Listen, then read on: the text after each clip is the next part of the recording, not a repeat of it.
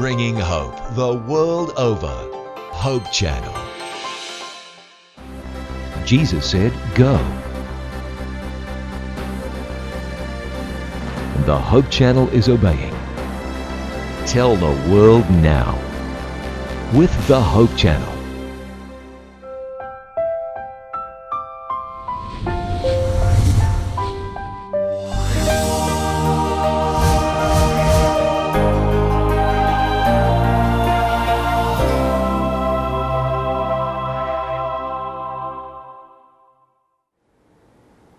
Magandang gabi at mainit na pagbati ang nais kong ipaabot sa lahat ng mga manonood sa programang ito. Muli po ako po ang inyong lingkod na si Pastor Jose Zabat Jr. mula po sa tanggapan ng Sabbath School and Personal Ministry Department ng Central Luzon Conference ay makakasama ninyo sa ilang minuto na talakayan mula po sa ating leksyong pinag-aaralan sa maggabay sa pag-aaral ng Biblia. Kasama po natin sa atin hong talakayang ito, wala pong iba kung hindi yung nakakasama natin mula pa nung mga nakaraang mga linggo, si Dr. Almosera mula po sa Adventist International Institute of Advanced Study. Thank you, Pastor. It's an honor to serve you. Magandang gabi, mga kapatid. Shalom, grace and peace. Bago po tayo dumako sa ating pag-aaral, na tayo po muna humiling ng patnubay at karunungan mula po sa ating mahal na Diyos. Tayo po'y manalangin.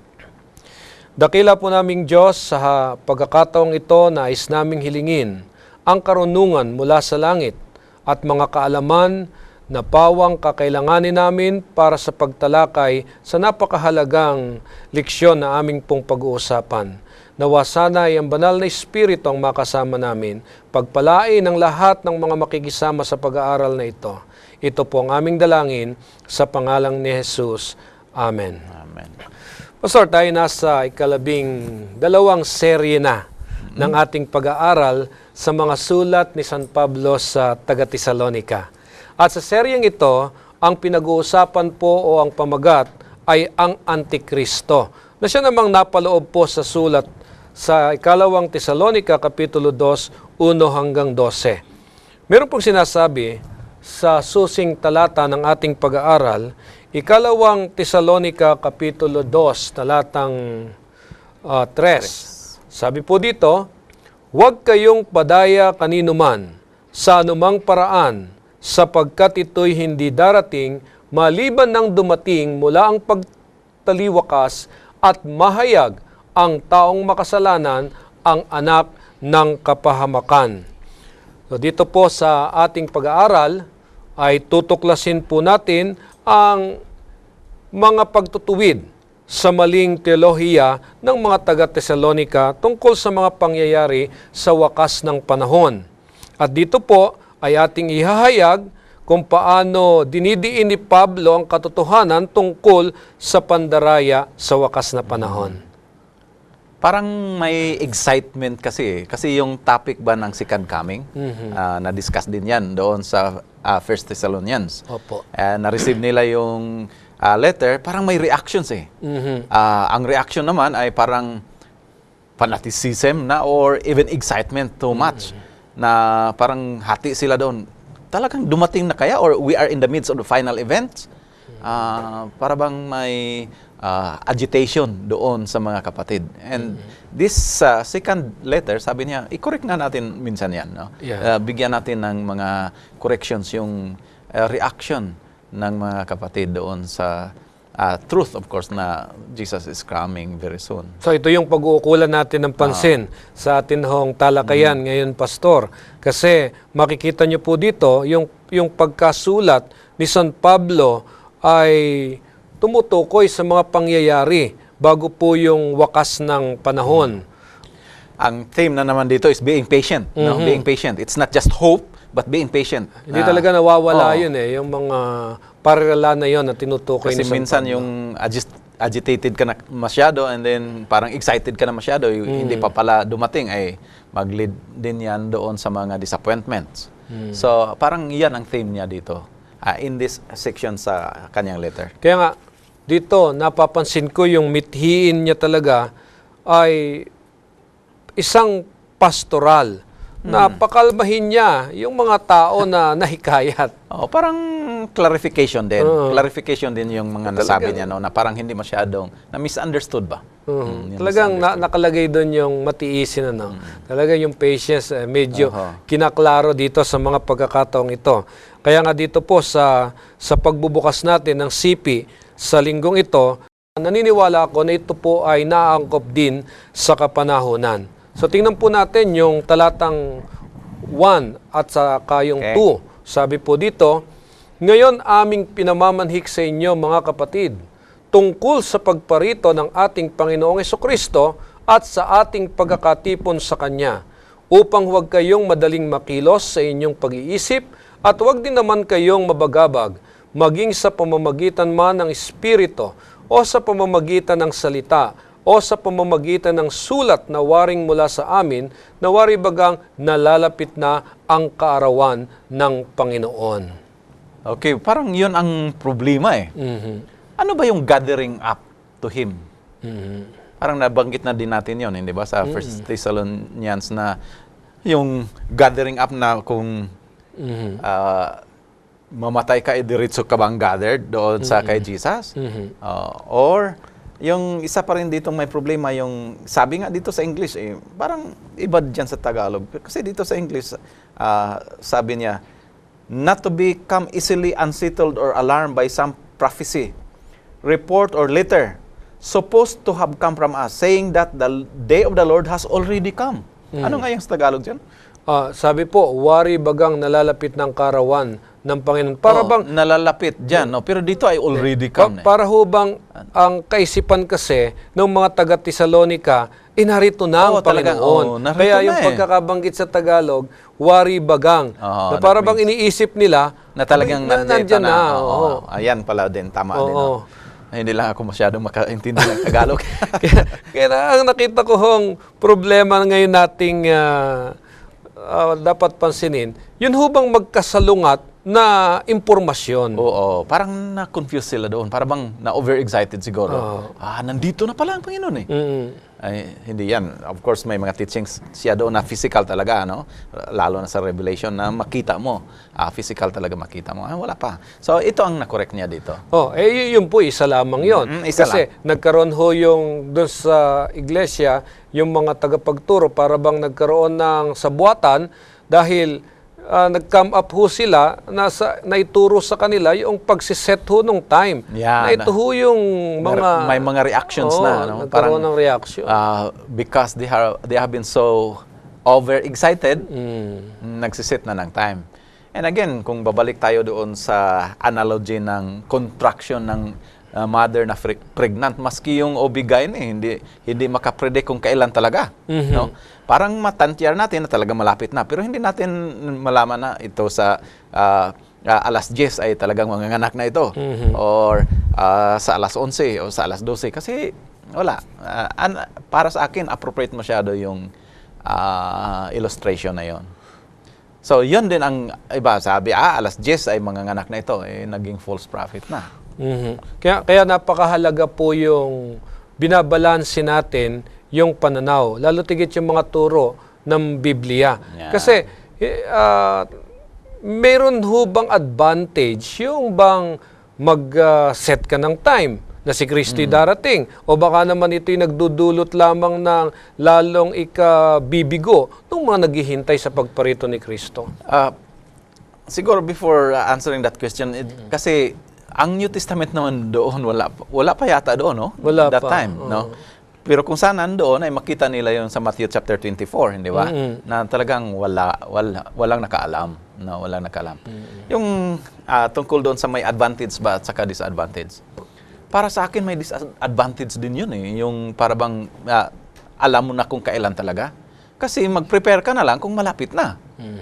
What if kung mamamatay ka before that time? So maganda na yung prepared all the time. And yan ang advantage. At saka may excitement pa rin ba? Parang there's a sense of mystery na talagang ma-anticipate mo ng ang second coming na, no, any day now, Basta malaman lang natin na nandito na, malapit na talaga. Pero kung kailan talaga, wala. And yan ang say danger doon sa mga time setting. Nabanggit ko nga sa mga previous natin na mga discussions dito, yon bang family radio doon sa California. Last year yata yun, no? Dito sa Metro Manila may mga buses na sabi, itong time na ito, May 21 ba yun? May 21, 2011, nasaan na ngayon. So, very disappointing, no? And that's the danger.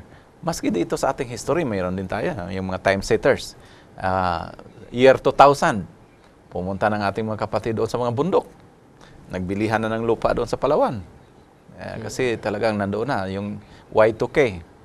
Pero after that, naging negative tuloy doon sa gospel. So, yan ang danger. Para sa akin, mas okay yung wala.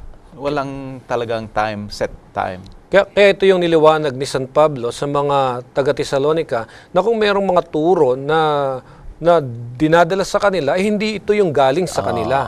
Kasi maliwanag sa kaisipan ni San Pablo na bago ang pagparito ni Kristo, mayroong mga pangyayari na magaganap na siyang sinasabi sa Matthew 24. Mayroong series of events. Yeah. So at ito naman yung babantayan natin dahil kapag ka nangyayari na ito, ibig sabihin, talagang ito na, malapit nang dumating ang Panginoon. Palagay ko ito rin ang isang mga component noong mga New Light. Yung binabanggit niya dito kanina, dito sa first chapter. Anong mga reactions niyo doon sa New Light na yan? So, baging new. Kasi hindi pa naturo niya yan noon eh. So, usisihin talaga. Ang hindi lang ho naging maganda sa pakiramdam ng mga taga-Tesalonica nung binanggit yung merong mga pangyayari pa bago dumating ang Panginoon, para bagang tumangis sila na naantala ang pagbabalik ni Jesus. Para bang tuloy na delayed, no? Delayed. Kasi may preconceived idea na sila doon. And this was also the subject for correction. Kaya po yung pagdating ho doon sa talatang 3 at 4, ito nga yung susing talata, binanggit ngayon ni San Pablo rito, huwag kayong padaya, kanino man sa anumang paraan, sapagkat ito'y hindi darating, maliban nang dumating mula ang pagtaliwakas at mahayagan taong makasalanan, ang anak ng kapahamakan, na sumasalangsang at nagmamataas laban sa lahat na tinatawag na Diyos o sinasamba. Ano pat siya'y nauupo sa templo ng Diyos, na siya'y nagtatanyag sa kanyang sarili na tulad sa Diyos. Okay. So parang sabi niya, wag muna, sandali. Hindi pa, that cannot be true. Kasi may mga events pa. May importante pang mga events na mangyari. And then, ito na nga, na-point out niya. Isa nito ay yung the man of sin. No? So, ang makita natin dito sa 3 and 4, parang series of events na sequence. Sabi niya, do not let everyone be deceived you in any way, for that day will not come until, primero, rebellion occurs. Second, and the man of lawlessness is revealed. Yan. Okay. So atin hong tingnan na talagang dito nagkaroon ng kalituhan itong mga taga-Tesalonica. Kaya ito naman ho yung nagtulak kay San Pablo na liwanagin itong mga bagay na ito. Teka muna, meron pang mga bagay na pawang hindi pa nangyayari. At yun ay walang iba kung hindi na bago dumating yung pagparito ni Kristo, meron munang pagtalikod na magaganap yung apostasy. Primero ito, no? Ito ay ito ang second coming, then dadating yung man of sin. Man of sin. But even before that, may pagtalikod pa. So parang backward yung pagkwenta. Ito ang second coming, dito ring man of sin. And then, nandito pa rin yung rebellion or pagtalikod, apostasy. Apostasy. Apostasy from Siguro the ito church. yung kailangan liwanagin natin. Ano ho ba yung pagtalikod na ito? Ano ho ba yung apostasy na ito na siyang tinutukoy dito? Ito ho ba yung pagkawala ng mga mananampalataya na magkakaroon ng bagong paniniwala? Para sa akin, kung tingnan natin yung church history, parang nangyari ito mostly on mga perverted na yung parang nahaluan yung Christian teaching. And marami naman talaga na they really left sa Christian faith, no? Maski ngayon makita natin ang Western world very secular na masyado. And I think this is also a good sign or na talagang no, yung ating mga Christian countries noon, hindi na Christian ngayon, very, very secular. This would also be a good sign na talagang malapit na rin ang Panginoon. Ito kaya po yung tanda na talagang yung kapangyarihan ni Satanas sa mga panahong ito ay kanya nang lalong palalakasin. Parang ito na yung ultimatum. Yeah. Pero of course dito nakita natin na Satanas mismo ay talagang i-exert na yung kanyang power na he will be like he will be called God himself na, and be worshipped. Din may mga galamay din siya diyan. May mga agents din siya diyan na ating makita. Yeah. Pero bago daw po dumating, yun hong tinatawag na kapahayagan ng kasamaan. Meron naman daw na panahon na hiwaga at ito nga yung pagpigil. Yung bang sa English yung restrainer. Oo. So ito na daw po yun. Kasi parang nakita ko ang event nito ay ito ang second coming, and then yung man of sin is revealed. Then there is yung tinatawag nating apostasy. And but before that, may restrainer pa. Yeah, no? meron Yung restrainer. a time of mystery. And that So ibig sabihin parang hindi mahahalata yung pagkilos ni Satanas kung merong mga ganong mga events na mangyayari, hindi nyo kagad ma-identify na ito ang kanyang pagkilos. At tingnan nga natin, basahin natin 6 and 7. At ngayon nalalaman ninyo ang nakapipigil upang siya'y mahayag sa kanyang talagang kapanahunan, sapagkat ang hiwaga ng kasamaan ay gumagawa na, lamang ay may pumipigil ngayon hanggang sa alisin ito. Okay? So may pumipigil doon sa naggawa ng kasamaan. Sino kaya yan? So may activity yan before it is so much revealed. May activity yan na talagang pumipigil doon. Parang, and then he will be revealed. Palagay sa akin ang isang question dito, sino kaya ito? O ano kaya itong power ba ito? Alam niyo kung minsan sa pag-aaral, natututo daw yung mga mag-aaral kapag nagkakaroon din sila ng sarili nilang pagsusuri. Kung ano itong mga ganitong Siguro mga bagay. ibigay natin assignment ito sa ating mga kapatid. Oo, ito yung magandang tingnan natin Lalo na para nun makatiyak tayo kung ano ba itong kapangyarihang Opposer. ito. Na parang inalisan ng authority ang sabing gano'n ng pagkakapahayag. Siguro itong opposer dito, he will oppose yung verse 4, and he will also even exalt himself over everything that is called God or worship. Yeah. Parang madali siguro ma-identify yan, di ba? Kasi marami tayong text dyan. Daniel chapter 8, no? Isaiah 14, hindi natin basahin yan ngayon, no? Ezekiel chapter 28, Daniel 11:36 to 39. Yan, may mga references yan. And makita natin dyan ay Satan himself or then may ano din siya, may mga agent. Pero yung yung restrainer, saan kaya natin makakuha ng mga reference pa dyan? Dito sa commentary, nag-point out sila ng text ng Matthew chapter 24 verse 14 or Mark 13 verse 10 or Revelation 14, 6 and 7. Sabi dito, in this case then, it is possible that God himself is the restrainer described by Paul, holding the final events back until everyone has a chance to hear the gospel. So parang ang Panginoon pa rin ang Yeah. yung four winds, hindi ba? Yung four Oo. winds na wag mo na. Yung mga angels, wag mo na. No? Kasi bigyan pa ng pagkakataon. So parang nakikita ko ngayon yung intentional na ginagawa ng Diyos para noon ang magkaroon ng kaligtasan itong mga Lahat. tao, lahat tayo. And in that sense, he is a restrainer. Oo. Makita din natin doon sa judgment, no? Doon sa judgment na parang na-illustrate ko the other, na God restrains ba? Yung pagdating ng consequences of sin. huwag mo na. Sandali na lang. And that God shows mercy. Gusto ko pang bigyan ng pagkakataon ang mga tao talaga to make their final choice.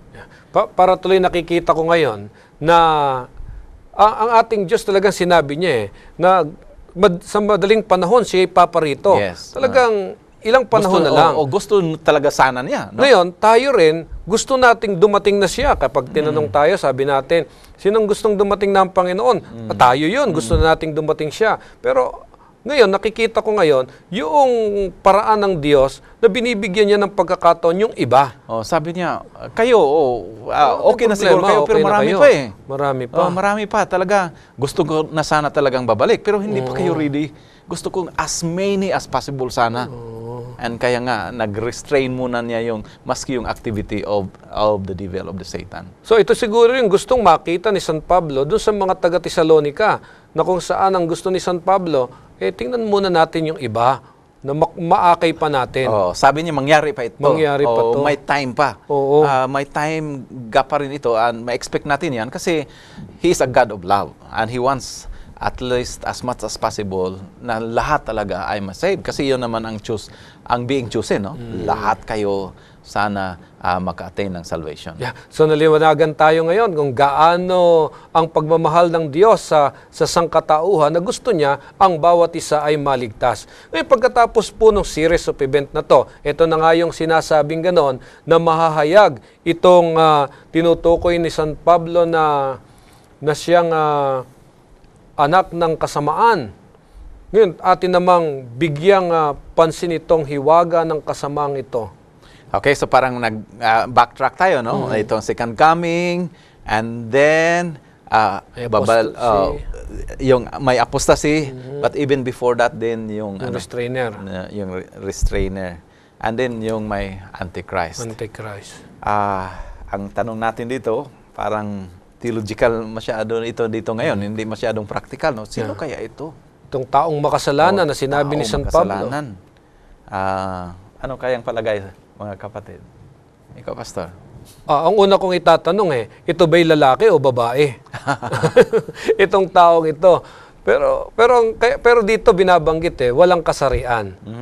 Siguro the man, kasi man of sin dito. Pero man yan. Pero ano yan generic, no? Generic. Makita natin yan sa mga passages ng Daniel 7:20 to 25, yung little horn dyan. Yes. Revelation 13:1-7, the beast from the sea. The same power operates after the fall of the pagan Roman Empire. Ang ating history. Combining both religious and secular authority to persecute the saints of God. Parang masakit minsan, no? Parang maano natin na pero yun ang sabi ng Bible The man of sin will be coming during this time.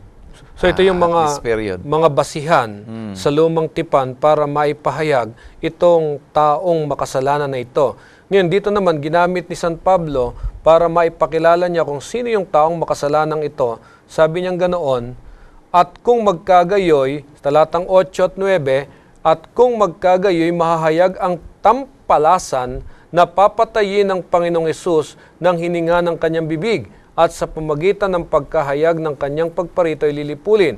Siya na ang kanyang pagparito ay ayon sa paggawa ni Satanas na may buong kapangyarihan at mga tanda at mga kahanga-hangang kasinungalingan. So itong taong ito na tinutukoy na walang kasarian na sinasabi na siyang hiwaga ng kasamaan, alinmay hindi ito, bagamat hindi masyadong nilinaw doon sa talatang 7, pero binabanggit dito na ito po ay punong-puno ng kasinungalingan. Ano natin ito? Parang makakuha tayo ba ng silhouette? Yun bang profile nito? Kasi sabi ito ay isang power, no? So isang power ito. It's a power. And the only power in history that fits all the specifications, yung makita natin sa mga prophecies doon sa Revelation 13 verse 1-7, Daniel 7:20-25, kung i-trace natin yung history, it seems na talagang papatak ito doon sa prophecies about papacy. no? And marami nga mga interpreters maski doon sa church history, they have this designated this institution, isang power, isang system as the Antichrist. Yeah. Isang aho doon sa binabanggit niyo mga talata, ipinapakita ho na itong taong makasalanang ito, siya ho yung kumilos para pahinain yung kautusan ng Diyos. Oo. In fact, sabi dito sa verse 4, he will oppose and will exalt himself over everything that is called God and is worship. Yeah, So that he sets himself up in God's temple, proclaiming himself to be God. Masakit ito eh. Talagang very, malaking claim ito. Talagang malaking claim na yan. So maghanap tayo ng mga power. Yeah.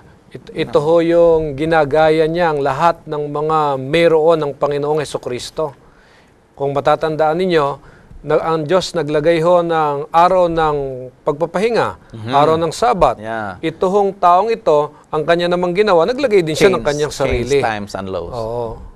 So sabi nga ganun kung gumawa ang Diyos ng sariwa, ng dalisay na tubig, gumawa rin siya ng ibang inumin. It's a system, no? It's a system. It's a power. It's a system that does this.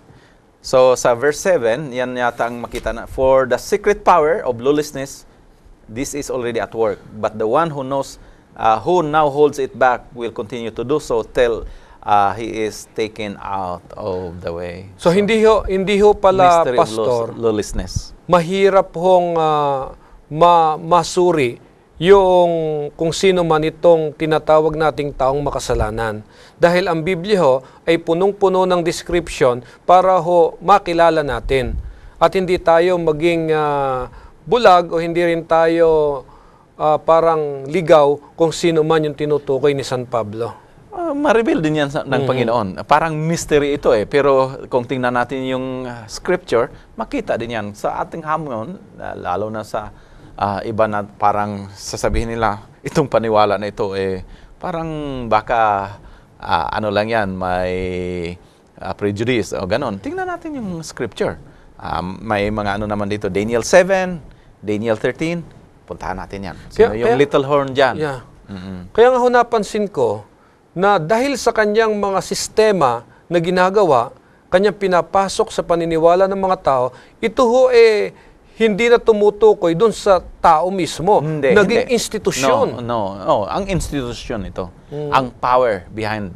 Yun bang institusyon yan? So, ang mga tao mismo, ang Panginoon lang naman din ang makasabi kung sino maligtas.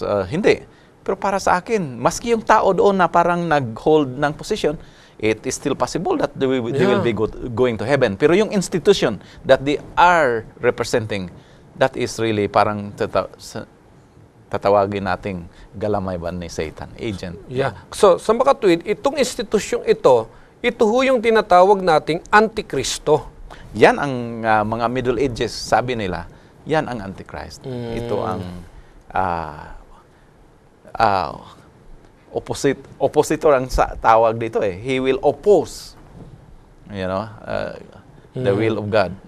Kaya nga ito ngayon yung sinabi ni San Pablo, na binanggit niya sa talatang 7 na siyang hiwaga ng kasamaan. Na tayo na may nagpapasalamat sa Panginoon at sa ginamit niya na si San Pablo na naunawaan natin itong hiwagang ito.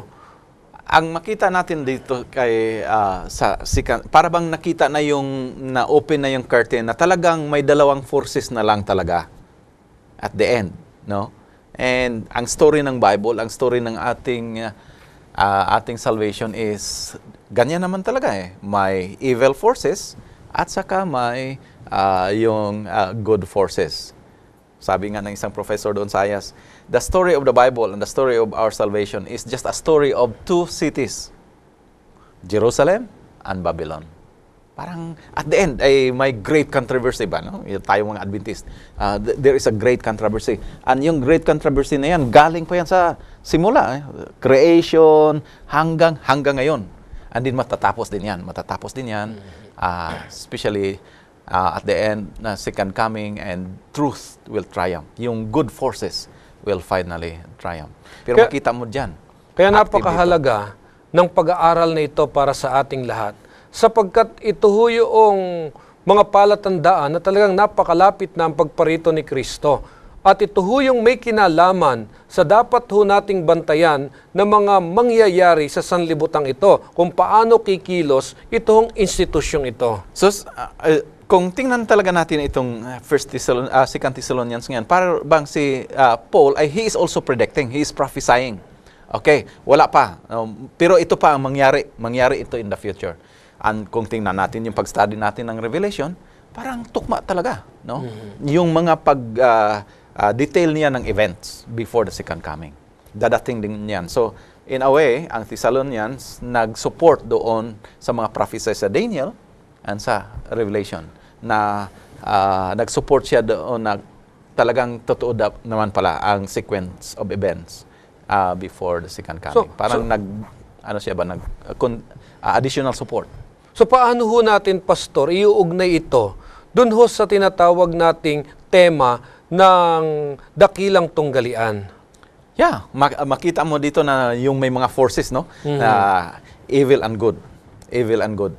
And it will continue on until good will triumph. And in a way, the triumph of God's love. Yan ang maganda. So, that also gives us hope. Eventually, all of the evil things in this world will end. Kaya ito na ang And faith and truth will triumph. huling pagkakataon ni Satanas na maiwalay tayo dun sa tamang pananiwala natin. Yan, nagpapakita na rin ito na towards the end, talagang malapit na ay si Satanas he will do everything. Yes. No? Na ma-deceive yung in fact, he will call fire from heaven. Ma-deceive ang lahat. And he will say that nandito na yung Panginoon, nandyan. Kaya nga may warning tayo doon, lalo na sa second coming. Di kayo maniwala.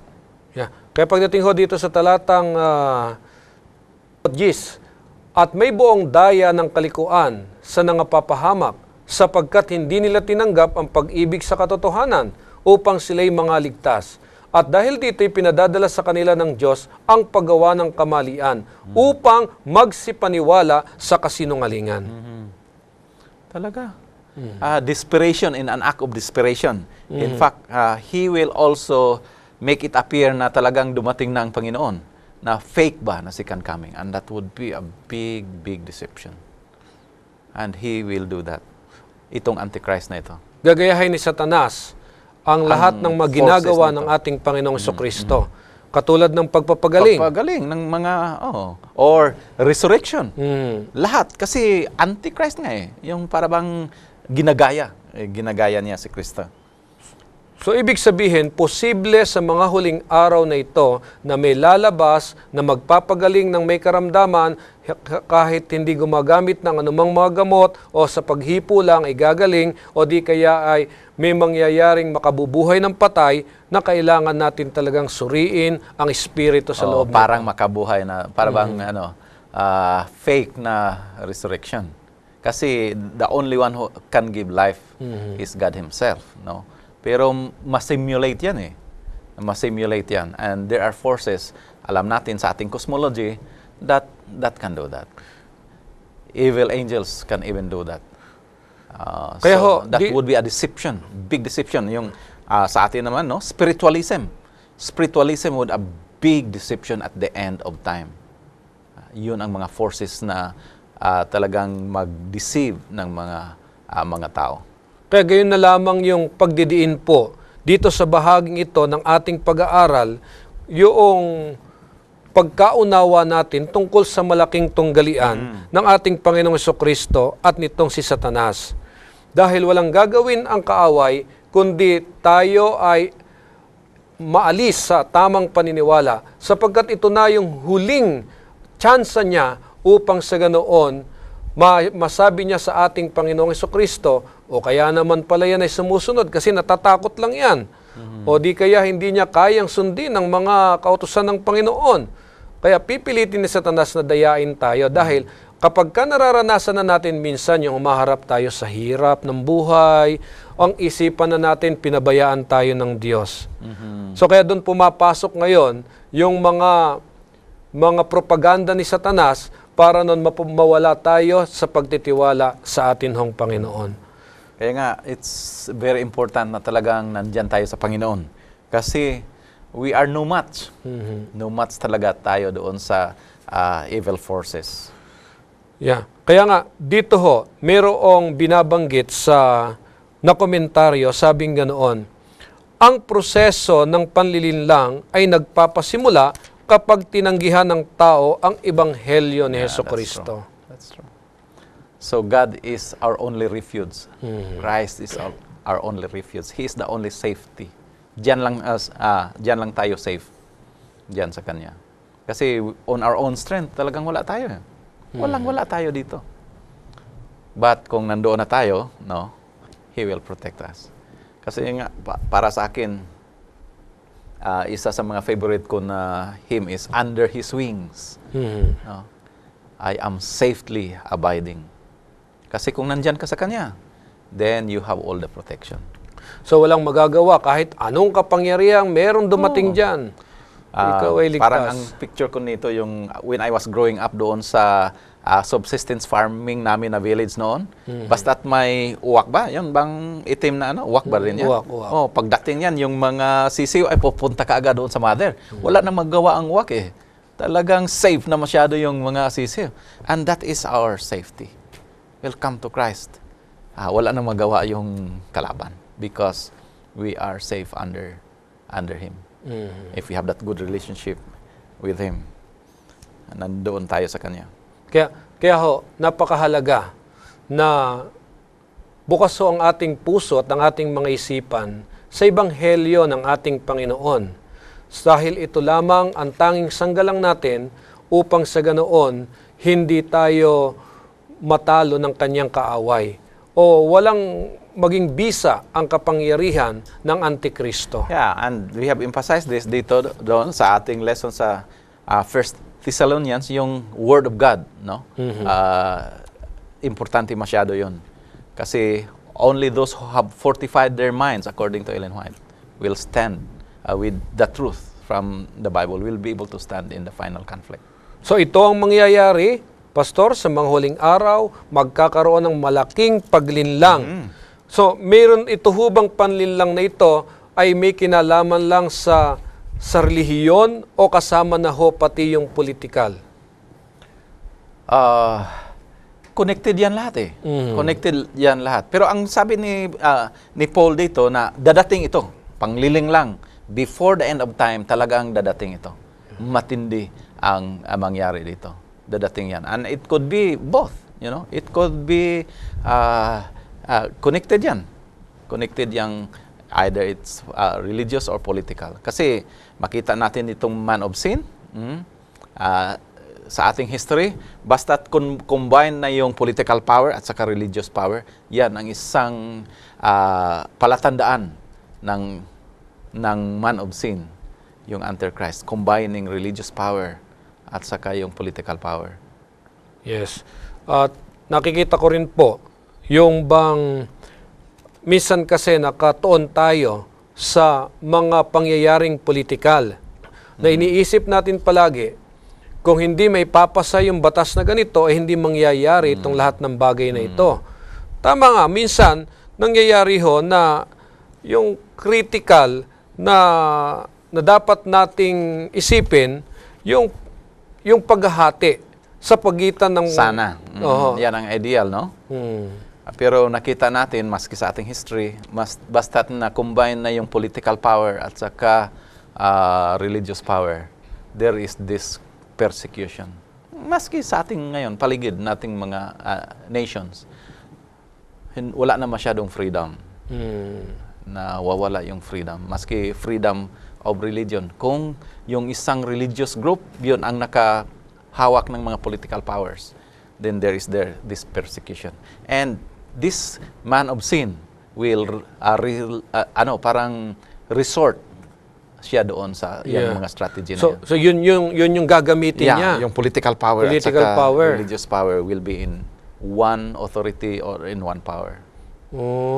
So kaya ito yung magpapalakas ng kanyang kapangyarihan. Kasi siyempre tayong lahat nakapailalim sa political power na kung saan ay kung ano yung nilagay na batas, dapat yung susundin natin. Nagiging mahirap kung halimbawa tayo walang paninindigan doon sa katotohanan pang-espiritual. Hindi madali tayong maaakay na sumunod sa sinasabi sa politika. So, darating pala ang wakas na talagang whether you like it or not, tatanggihan mo itong mga inaiaatas na batas. Talagang you have to choose, no? Either yung sa Panginoon and or kung yung sa mga political powers. And naniwala tayo sa atin, lalo mga Adventist, na may dadating ng mga Sunday law na later on will talagang test kung sino yung nasa God's side. Ang importante talaga dito, kung aking nakita dito sa 2 Thessalonians is, sabi ni Paul, mangyari ito, no? Gave us the precious truth na sabi niya, mangyari ito. We must always remember though that the crucial issue in the last days is not the timing of events or even all the details of the events. Ang crucial issue is which side of the great controversy are you? Doon kayo sa kabila o dito? Yun ang crucial issue. Yun ang issue natin ngayon, no? Hindi na tayo masyadong mag-concern kung kailan yan. O kung sa akin, ang detail yan. Ang importante kung saan kaya tayo. Doon tayo sa kabila o nandoon kay Kristo. Pero habang inobserbahan ko ang takbo ng mga tao ngayon, para bang mas nalulugod sila sa kalikuan kaysa doon sa sumunod sa katotohanan. Kasi ano nga yung sabi, the road is wide, no? And itong isa, the road is narrow. Gusto naman natin yung wide. But the end of it is death. So there is a way that seems right unto a man, but the end is death. Yeah. And sana hindi tayo makasali doon. Tama nga pala yung sinasabi ni San Pablo. Dito po sa talatang 12, sabing ganoon, upang manghatulan silang lahat na hindi nagsisampalataya sa katotohanan, kundi nangalulugod sa kalikuan. So the end of wickedness. Sana hindi tayo masama doon. No? Yes, yun nga ho yung gustong mangyari ni San Pablo. Hindi tayo mapasama dito ho sa mga hahatulan. So there is still good news. The good news is that wickedness will end. Yes. May hangganan yan. Talagang may hangganan. Truth will triumph. And that is our hope. Yes. Kaya kahit ano man yung katayuan mo ngayon, kahit ano man yung kinaharap mo, kung may mga problema kang kinaharap, merong yung bang tinatawag na ikaw ay pinipersecute dahil sa relihiyon mo, dahil sa katotohanang niyayakap mo, sa pagtitiwala mo sa Diyos, pananampalataya sa Kanya, ay huwag kang manlulupaypay sapagkat meron tayong pag-asa. Yes, may pag-asa. There is a way out and God will make a way, no? Sabi nga ng song, God will make a way for us. So yun ang ating hope. Yun ang ating blessed hope. Yeah. And the second coming will eventually peak, the pinnacle of this event.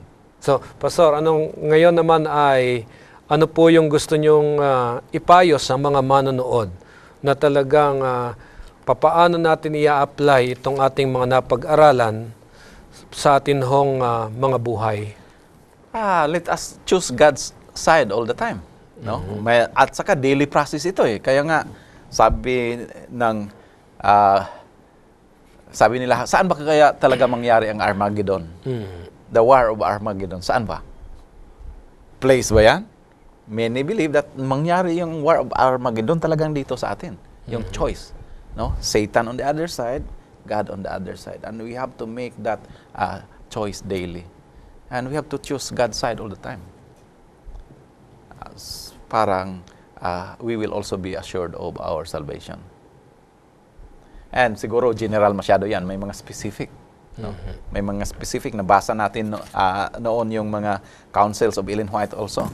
Lalo na yung mga sexual immorality doon, yung time nag-study tayo doon, na hindi daw tayo pupunta doon sa mga places or na we will guard the avenues of our soul, na hindi tayo madala doon. Kasi yung mga mood enhancers ba, no?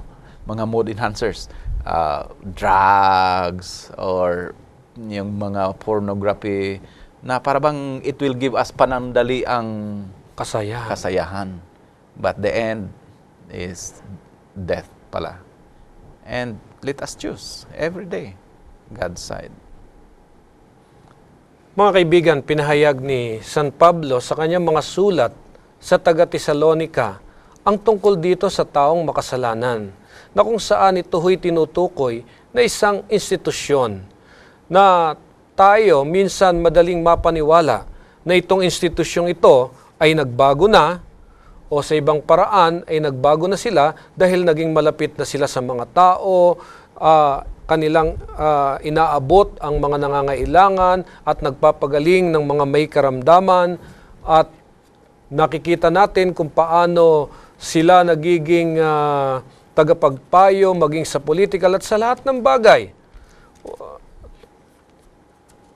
Hindi ang tao ang tinutukoy ni San Pablo, kung hindi yung sistema na nakapaloob dito sa institusyong ito. Dahil ang pinakamalungkot sa lahat, na kahit na napakaganda ng iyong ginagawa, kapag kinamkam mo yung buhay at kinamkam mo yung lahat ng ginawa ni Kristo na ginagawa para sa atin, ikaw yung tumatayong antikristo. Kaya nga anumang laban kay Kristo ay walang iba kung hindi ito'y antikristo. Kaya dito po sa ating pinag-aralan, isang pagpapatunay lamang, Pastor, na tunay at wagas na ang propesiya ng Diyos ay magkakaroon ng katuparan sa tinakdang panahon. I don't know kung may time pa ba tayo. May magandang mga quotations doon sa kay Ellen White, sa Great Controversy. Great Controversy, page 356. Kung may, sabi dito, the Apostle Paul warned the church not to look for the coming of Christ in his day. That day shall not come. Sabi nga niya doon, no? He says, except there come a falling away first, and that the man of sin be revealed. Not till after the great apostasy and the long period of the reign of the man of sin can we look for the advent of our Lord. The man of sin, which is also styled the mystery of iniquity, the son of perdition, and that wicked represents the papacy, which, as foretold in prophecy, was to maintain its supremacy for 1,260 years. Yan, ang parang illumination doon dito sa kay Paul. So, kung i-continue natin yon sa 624, 625, maski hindi natin i-flash dito sa screen.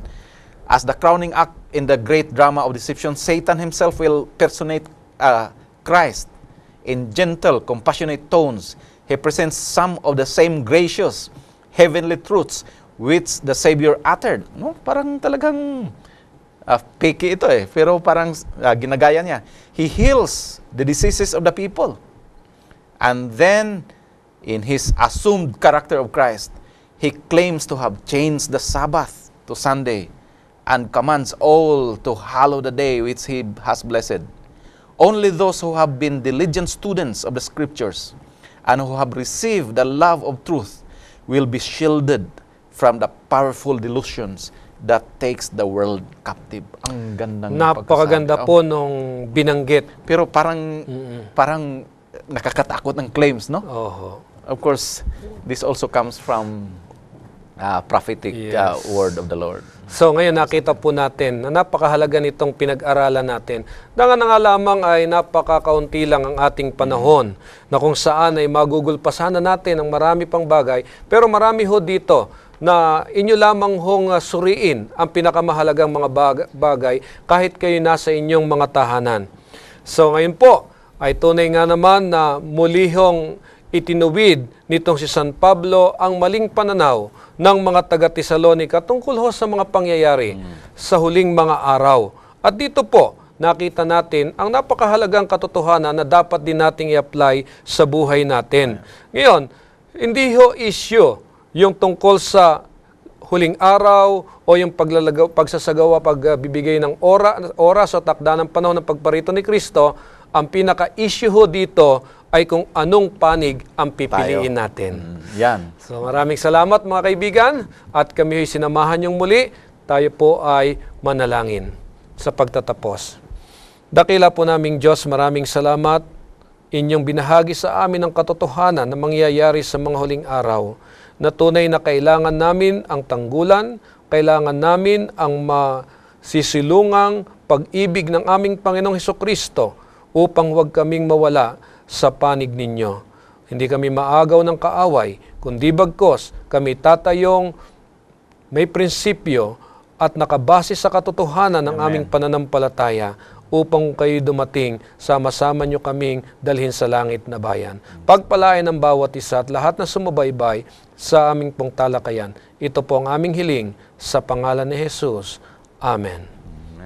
So, maraming salamat, Pastor, sa inyong pakikilahok uli at pagbibigay sa amin ng magagandang aral. Muli po, inaanyayahan namin kayo sa susunod na pag-aaral natin at palagay ko ito na yung pinakahuling serye ng ating 13 linggo ng pag-aaral. Marami pong salamat at magkita-kita tayong muli.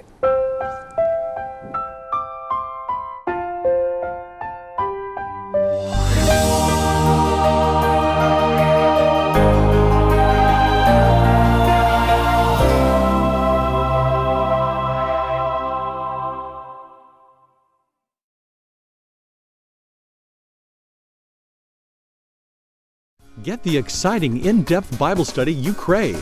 It's as easy as joining the Hope Bible Study class. Week by week, Pastor Derek Morris and the Hope Sabbath School class use Bible guides that are practically at your fingertips. Log on to hopetv.org, click the link for the Hope Bible Study class, download this week's lesson, and join our faith-enriching class.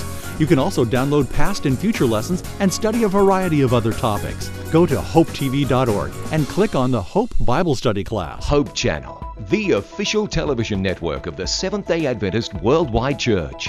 A global network with 9 satellites, 2 uplink centers, and 7 individual channels.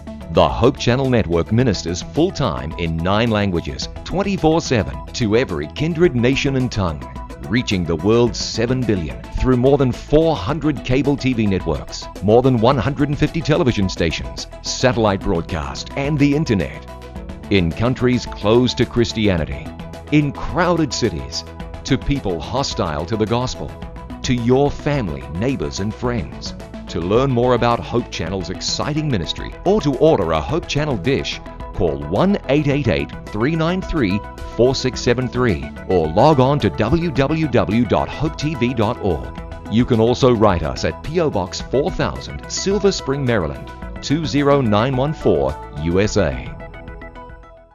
Hope Channel is sponsored by the World Seventh-day Adventist Church.